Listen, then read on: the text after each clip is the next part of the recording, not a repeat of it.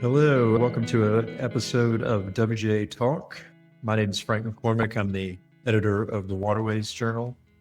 And today I'm speaking with Mr. Paul Rohde, who is Vice President of the Midwest area for Waterways Council Inc. How's it going, Paul? Frank McCormick. For anybody who's listening or watching this and doesn't know you personally, can you tell us a little bit about yourself?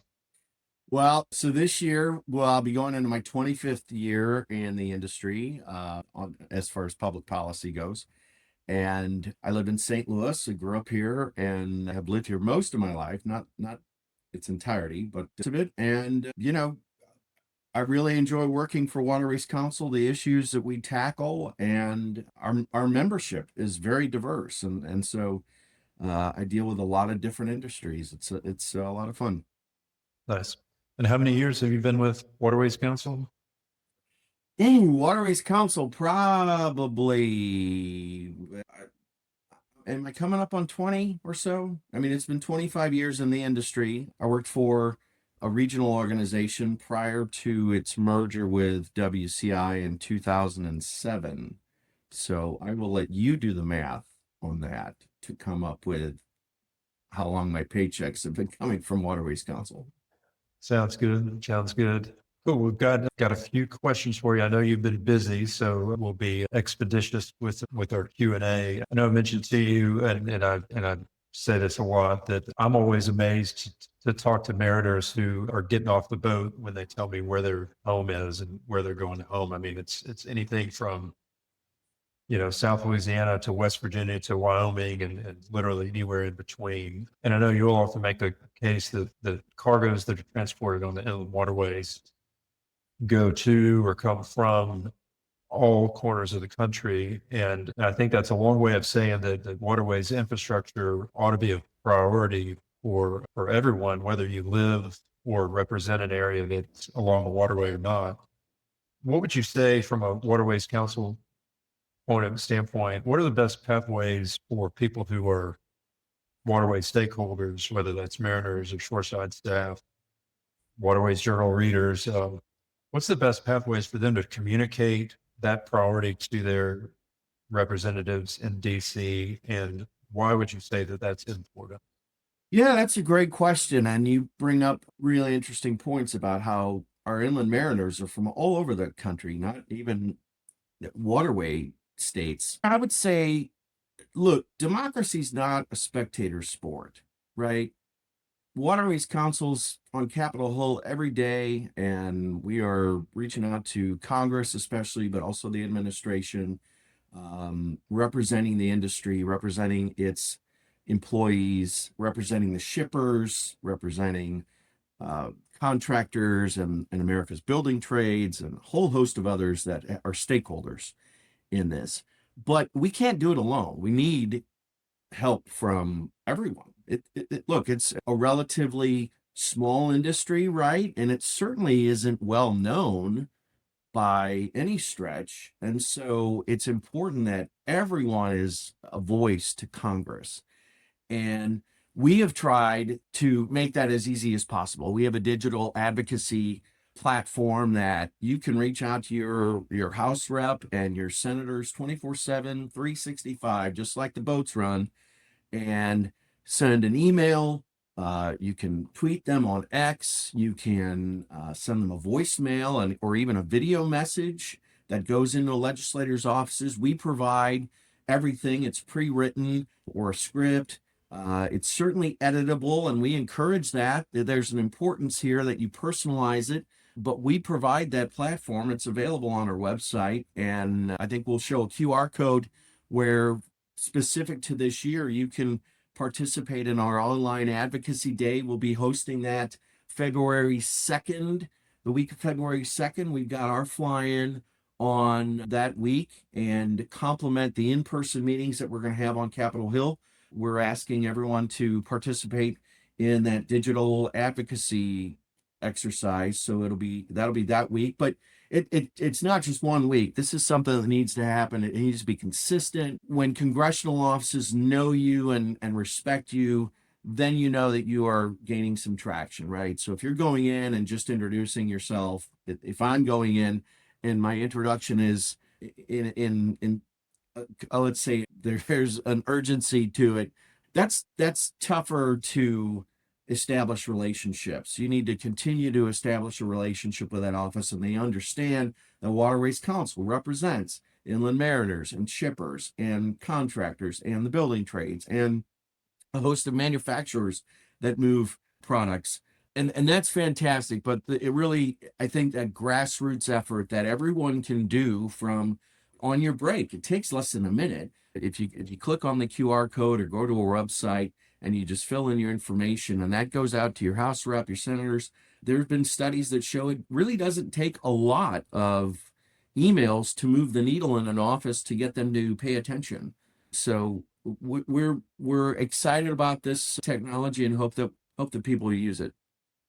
Cool.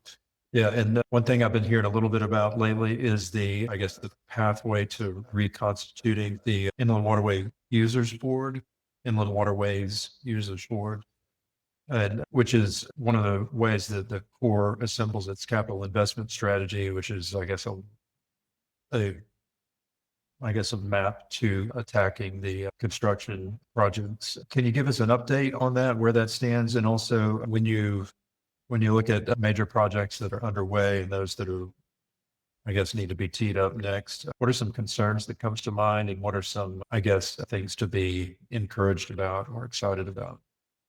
Sure, the capital investment strategy is absolutely a roadmap. It's something that the industry and the Corps of Engineers came together starting in 2010, recognizing that we had quite a backlog of projects, and the money's going into the Inland Waterways Trust Fund. Now that's the diesel tax that pays into a cost share for capital improvements. So that would be construction and major rehabs.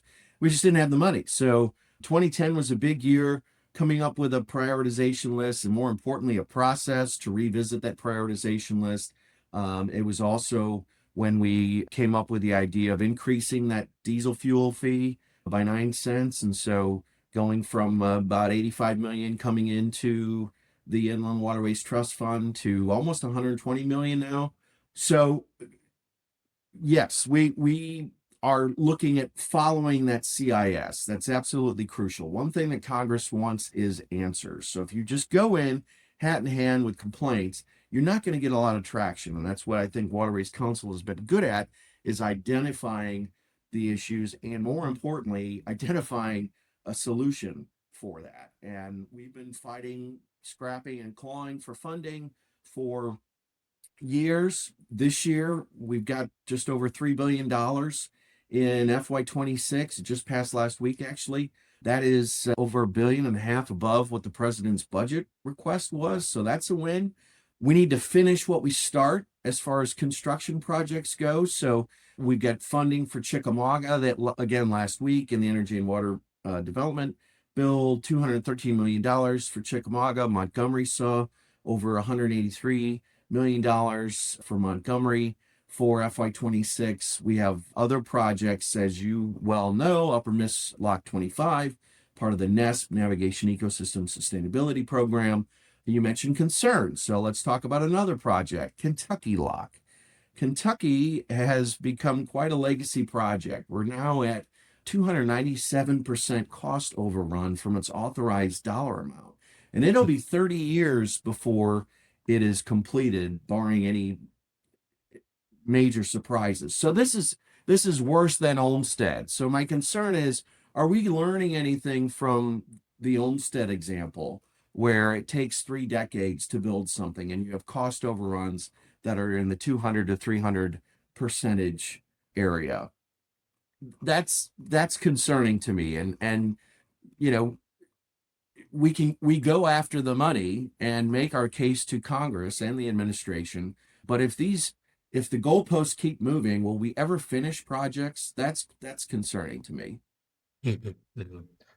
I feel like that was discussed some at the Waterway Symposium last month. Two of the sessions that I covered were the HDR presentation and then the conversation between Tab Brown and Stephen Hill, which I thought was was really interesting. I kind of felt like those were extensions of each other just because they tackled some of similar issues. There's a whole lot we could talk about there, and you'd be free to take this question in a different direction. But I just wanted to feel like if I wanted to ask if do you feel like we're sort of at an inflection point in terms of being able to accomplish start and finish projects like lock replacements and I guess what are some things that were discussed in those sessions that maybe could envision some changes in how we do things, or what were some things that you hadn't heard about that were talked about in those? Well, we absolutely have to make some changes, as both Tab and Steve were very frank and update and upfront with admitting. And I mean, you have to be. You just look at the situation; it's so obvious. But let me first talk about our maintenance. So we've got 225 lock structures that are currently in existence. They 80% of them are past the 50-year design life that they were built for. And so that increase of unscheduled closures continues to rise. And that was something that Tab had mentioned. This program was funded at just over about $2 billion a decade ago. And we've been able to plus up the monies to $6 billion today. So that's good news, but it's still not keeping up with inflation or certainly the growing needs. As the infrastructure ages, the need continues to grow. We're going to continue that trend line for O&M funding, operation and maintenance funding, and make that case for increasing O&M to keep the existing infrastructure reliable. We've got to get after the deferred maintenance. There's such a backlog of O&M that hasn't been done yet. So we need to increase that funding in order to do that. Now, as far as construction goes, yes. So Waterways Council commissioned a study by HDR to look at recommendations on how do you improve the delivery of these projects. When you point to, for example, Olmsted, which had been the poster child, I guess, of how not to build something, and now Kentucky Lock looks like it's going to usurp that. We've been real slow in modernizing this lock and dam infrastructure over the past 40 years, and you'll hear more about this, and Waterways Journal is great in covering this issue. Since 1987, there's only been 10 projects to modernize or expand the locks on the inland system that have been completed, and 7 of those were finished between 87 and 1997 with a cost overrun of 33%. And I won't say over 33%, but when you put it in context of what we're looking at now, 33% is impressive. We used to say all the time, well, the problem is funding. If you just give the Corps the money, the problem is they don't have enough money. It was problems funding. We've been staunch supporters of our partnership with the Army Corps of Engineers. Okay, so in 2021, we had an infusion of almost $3 billion in the bipartisan infrastructure bill, and the ink wasn't even dry before we learned that those cost estimates were way off base from reality, and not just, margin errors, right? We're talking by 2-3-fold. So we looked at HDR to come up with some solutions. How do we get after this? Recognizing, all right, you have inflation, you have the cost overruns of everybody's dealing with cost overruns. It's not just inland waterways. But one of the things so what can we change? What can we affect change, right? Looking at this as a system versus a series of individual projects is one thing that I think the Corps could do. You've got to recognize the funding shortfalls of one project are going to impact all of the other project. The Corps operates in silos is how I would package it. You've got a headquarters, you've got divisions, you've got districts. How are they interacting? What are the lessons learned? How are we avoiding the pitfalls of the past? I think one of the things we got out of the HDR study was centralized program management office within the Corps at HQ to oversee construction projects makes a lot of sense. If we can improve that process of cost estimating and make sure that the estimates are more in line with the actual costs at time of the start of construction, incorporate value engineering, standardized designs where possible. We've got to minimize the years between the studies that go on and the actual ability to construct. That's for sure has to happen. And one of the big ones is the Office of Management and Budget, which if you followed Waterways Council, we talked about OMB for a long time. It's the OMB is the largest component of the executive office of the president. It assists the president in implementing policy, budget, management, regulatory goals across the whole executive branch. And its key function is to ensure that the president's agenda, so political, is followed with the federal budget.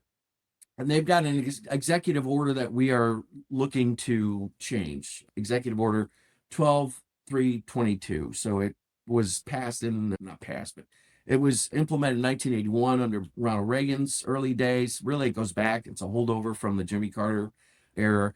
And what it does is inject at the administration and decision making between the Corps, their recommendations, their studies, their chiefs' reports, and Congress, which does the authorization and the funding. And the intention was to improve the coordination on decision making. But what has happened is we've seen quite a bit of overreach by OMB and their interpretation of this EO.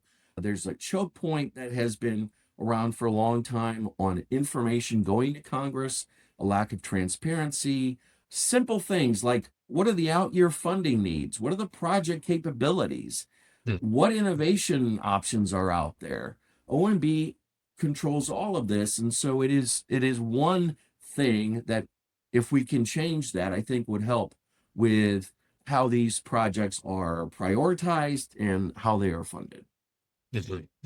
I think that gets at one of the questions I was going to ask you was, what are WCI's main goals for 2026? And I know I've heard you and you both talk about that particular executive order. Any other priorities that you'd like to highlight for the year ahead?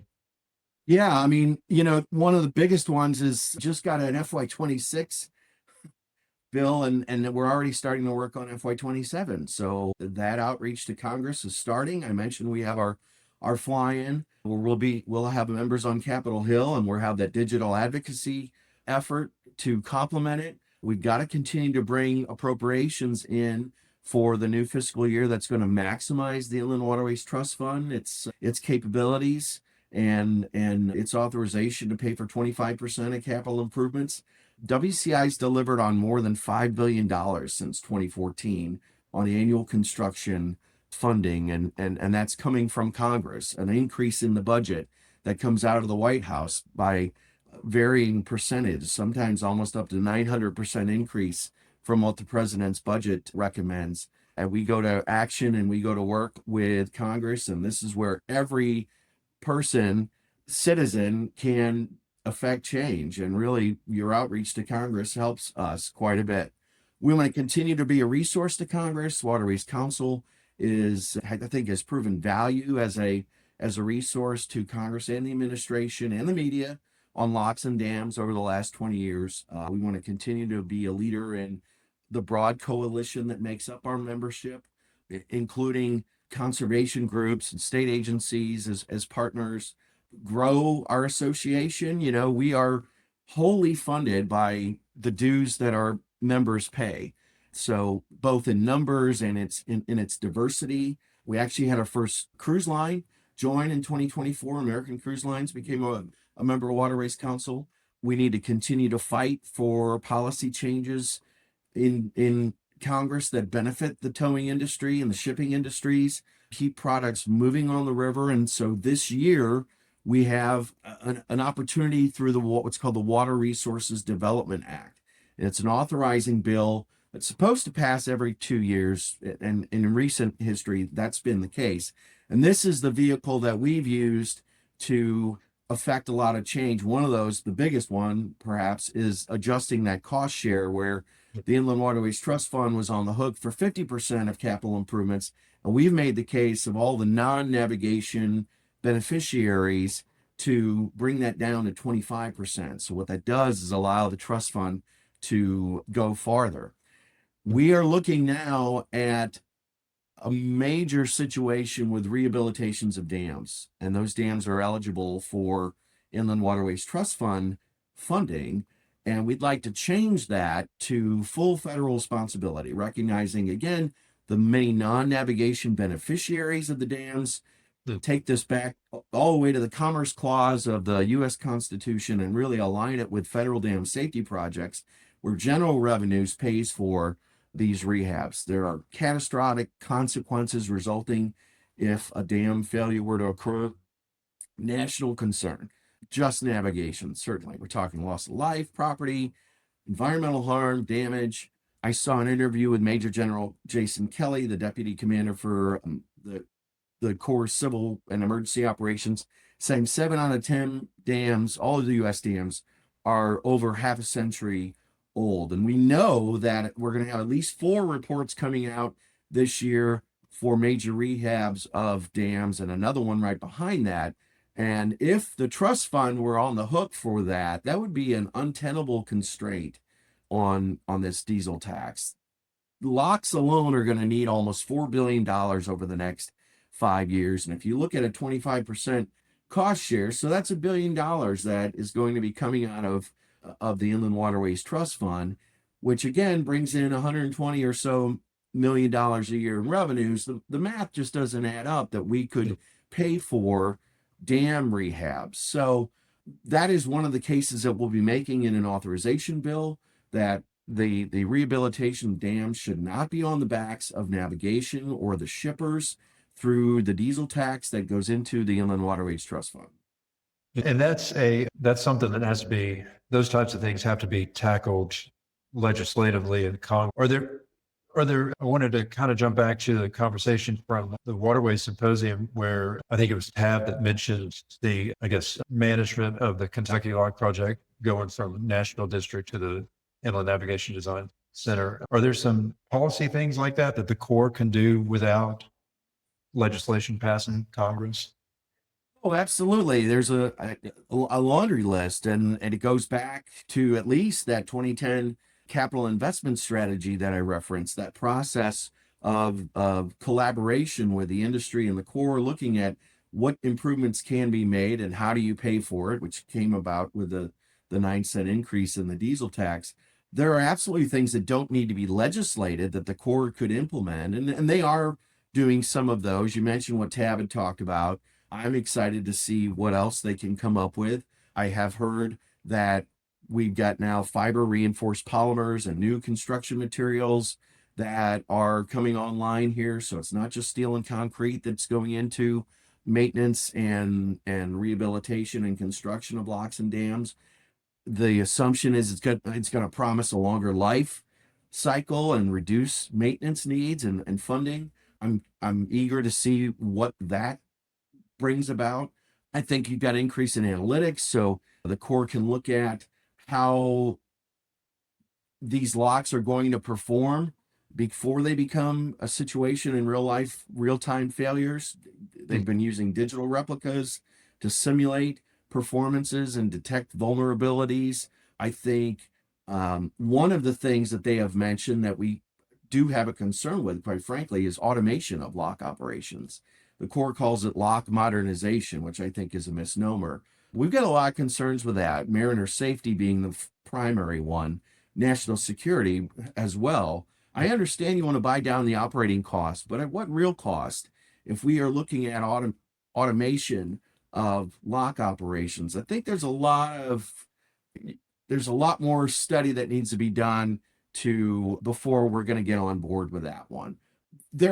And I think we're going to be hearing this year in particular, as these cost overruns come to light and as the need for continued funding for construction, let alone operation and maintenance, comes to light, I think we're going to be hearing more about what else can the Corps do non-legislative wise. Heal thyself. Yes. One last thing with Waterways Symposium. Several people asked about benefit to cost ratios and what gets to be factored into benefits. Is that a legislative change, or can that be a core policy change? I think that falls into the lap of a legislative change. It is so intertwined, how the core, how BCRs are developed and the constraints that the Corps has on when they look at the benefits that are part of a project. Their hands are a little bit tied. You could make a case that this could come from the administration and you wouldn't need Congress, you wouldn't need an authorizing bill. That's not, in my opinion, that's not a real world situation. And so I don't waste time with even imagining something like that happening, at least not in our, not the current status. So to be determined. It would certainly make more sense for BCRs to be looked at, somebody get their head under the hood and take a real look at how BCRs are determined, because the value of projects aren't really incorporated. I don't believe there was a great Missouri Senator, Kit Bond, that was fond of saying, and again, taking it back to the Office of Management and Budget, they know the cost of everything, but the value of nothing. And I think that is in the federal government. And so having another look at that and recognizing all of the beneficiaries of not just locks and dams, but that's what we're talking about. So we'll stay with that. All of the beneficiaries. It's not just navigation. It's everybody. It's Mhm. everyone. Yeah, two of the ones mentioned in South Louisiana, as you know, are part of the flood protection or risk reduction system, but seemed like it was mentioned that aspect of their service to the nation doesn't get considered in the VCR for whether it's reasonable to replace them. It's out of sight, out of mind, right? And that is one of the great advantages from a navigation standpoint. We don't hear about it in the morning traffic report, but it's also the biggest public relations challenge. It's the biggest congressional outreach challenge because it is out of sight, out of mind. So it makes our job a lot harder. And that's why it's important that everybody who cares about inland marine transportation participates in outreach to Congress. Yeah, it really comes back to being able to tell that story, being armed with facts and stats, as WCI is great at providing those to stakeholders. I feel like that sort of brings us full circle to asking about the fly-in that's next month, and just other ways that stakeholders can partner with WCI to engage with members of Congress throughout the year. Yeah, we're hosting our fly-in. The Waterways Council Washington meetings will be the first week of February, and that'll include over 100 meetings on Capitol Hill. But it's not just a once-off touch point. We continue to stay in those offices through staff and through our members in smaller scale throughout the year. Waterways Council's members, some of them, especially in the Agriculture Association sector, do their own fly-ins. And so we help participate with those and provide talking points and sometimes staff assistance. I would encourage individual companies, if you don't engage with Congress, I would encourage you to do so. There's that old saying, if you're not at the table, you're probably on the menu. And I really believe that. And so that can mean flying into Washington, D.C., or more importantly, I think, is having legislators come to your facility, your office, on your boats. They really do want to know their constituents and the importance of of companies to their district.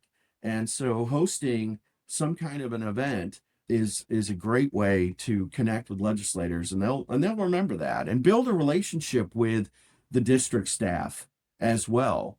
It's something I think that it maybe people can be intimidated by or not naturally curious about, but connecting with your federal, state, and even and local legislators is really important. Mhm. Yeah, yeah.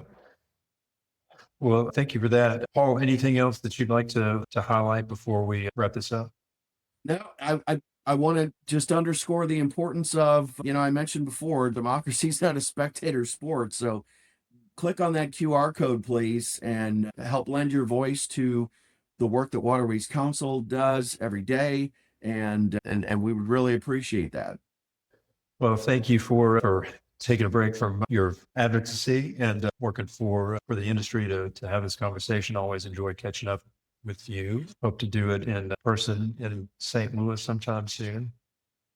And I'll look forward to seeing you then. Thanks, Paul. Thanks, Frank. Take care.